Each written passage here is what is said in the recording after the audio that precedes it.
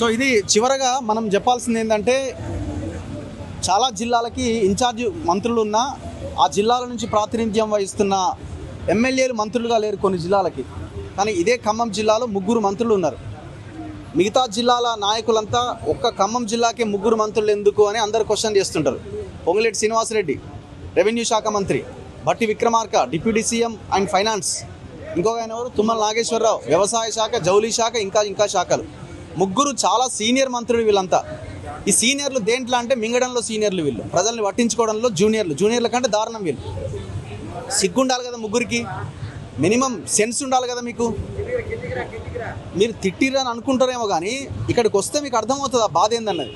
ఒక తండ్రి ఒక తల్లికి తన కొడుకు 30 ఏళ్ళ ఒక కొడుకు ఆత్మహత్య చేసుకోవడానికి ప్రయత్నిస్తే 110 నిద్ర గోళీలు మింగితే ఆ బాధ కుటుంబానికి తెలుసు, మింగిన ఆ బాబుకు తెలుస్తుంది. మీ ఇళ్ళల్లో మంచిగా తిని బండిన తర్వాత మీకు ఎట్ట తెలుస్తుంది? కనీసమైన మీకు బుద్ధి, జ్ఞానం, సిగ్గు, శరం ఏమన్నా ఉంటే ఈ ప్రశాంతి హాస్పిటల్కి వచ్చి ఆ వేణుకుమార్ అనే ఆ నిరుద్యోగ విద్యార్థిని పరామర్శించండి. కనీసం ఫోన్ చేసిరా వాళ్ళ ఫాదర్కి? వాళ్ళ ఫాదర్ ఒక బీసీ గౌడ్, ఏం పేరు ఆయన పేరు, భద్రయ్య గౌడ్ గారు, లక్ష్మీపురం మధిర నియోజకవర్గం, ఖమ్మంకి 20 కిలోమీటర్ల దూరం. కనీసం వాళ్ళ ఫాదర్ నెంబర్ కనుక్కొని ఫోన్ చేసి మేము ఉన్నాం నీకని భరోసా ఇచ్చే ప్రయత్నం చేసిరా? రవి, దీని వెనకాల ఉన్న కుట్ర ఏంటంటే ఇవి ఇట్లాగే జరగాలి అన్నదా, లేకపోతే ఒకరికి ఫోన్ చేస్తే మళ్ళీ ఇంకా మేమేదో పట్టించుకున్నామని అనుకుంటారు అందరూ, దాన్ని చూసి ఇంకొకరు రెడీ అవుతారని అనుకుంటున్నారా? దీనికి ఒకటే ఒక కారణం ఏంటంటే వీళ్ళు అసలు జనం అనేది లైన్లోంచి వీళ్ళు బయటకు వెళ్ళిపోయారు. వీళ్ళకి ప్రజలు అక్కర్లేదు, నిరుద్యోగులు అక్కర్లేదు. మరి రేపు పొద్దున 2 ఎమ్మెల్సీ స్థానాల్లో ఖమ్మం కూడా ఉంది కదా. ఖమ్మం, వరంగల్, నల్గొండ పట్టభద్రుల నియోజకవర్గంలో రేపు ఏ ముఖం పెట్టుకొని ఇక్కడ ఉన్న గ్రాడ్యుయేట్స్ని ఓటు అడుగుతారు? మీరు ఏం పెట్టుకొని ఓటు అడుగుతారు? మీరు బీఆర్ఎస్ని డిఫెండ్ చేయడంలో, బీఆర్ఎస్ని విమర్శించడంలో మీకు అవకాశం ఉందేమో, కానీ ప్రజల్ని ఎట్లా దగ్గరికి తీసుకుంటారు? రేపు పొద్దున ఎవరో ఒకరు దిగుతారు ఇందులో కూడా. ఇక్కడ ఈ పట్టభద్రుల స్థానం నుంచి పోటీ చేయడానికి ఎవరో ఒక ఎడ్యుకేషనిస్ట్ ఎవరో ఒకరు దిగుతారు రంగంలోకి. ప్రజలంతా అటువైపు టర్న్ అవుతారు. సో ఇప్పటికైనా మీకు కనీసం జ్ఞానం ఉంటే ఈ 3 మంత్రులు మనుషులైతే తక్షణం ఈ ప్రశాంతి హాస్పిటల్కి రావాలి. అసలు ఏంది ఖమ్మం జిల్లాలో? ఇది గవర్నమెంట్ హాస్పిటలా, ప్రైవేట్ హాస్పిటల్ అర్థమైతే లేదు. 300 హాస్పిటల్ ఉన్నాయి ఇక్కడ, 300. పక్కనే గవర్నమెంట్ హాస్పిటల్ ఉంది, దిక్కు లేకుండా ఉన్నది. 300 హాస్పిటల్స్ ఉన్నాయి. అసలు ఆ జనం చూస్తే ఎంత షాకింగ్ ఉన్నది. 300 ఆసుపత్రులు ఉన్నాయి ఇక్కడ, ఈ జస్ట్ ఒక 5 to 10 acres ఈ ప్లేస్లో. ఇది ఎట్లుందంటే చూస్తే ఇది గవర్నమెంట్ హాస్పిటల్, ఇది ఇంత జనం ఉన్నారేంది అనిపిస్తున్నది. ఎగబడుతున్నారు జనం ట్రీట్మెంట్ కోసం.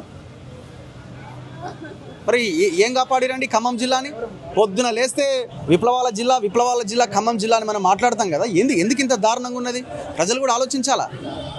అరే మీకు కనీసమైన వైద్యం లేనప్పుడు ఈ చెత్త లీడర్లు అంత ఎందుకండి? తీసా మున్నేరు వాగలు కలపండి ఒక్కొక్కరిని రాజకీయాల్లో రేపు పొద్దున ఎలక్షన్స్ వచ్చినప్పుడు.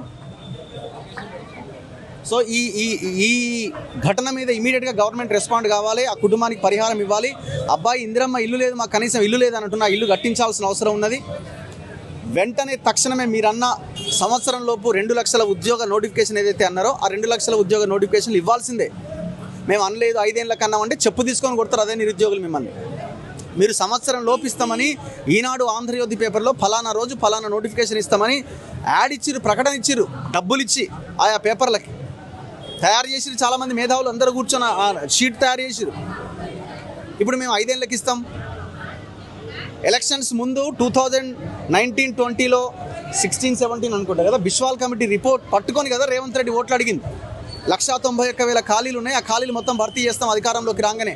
అందుకే కదా ఆ లెక్క ప్రకారమే మీరు 2 lakhs ఉద్యోగాలు అన్నారు కదా. మరి ఆ కమిటీ రిపోర్టు ఆయన పక్కన పెట్టిండు కేసీఆర్, నువ్వు పక్కన పెట్టినావు.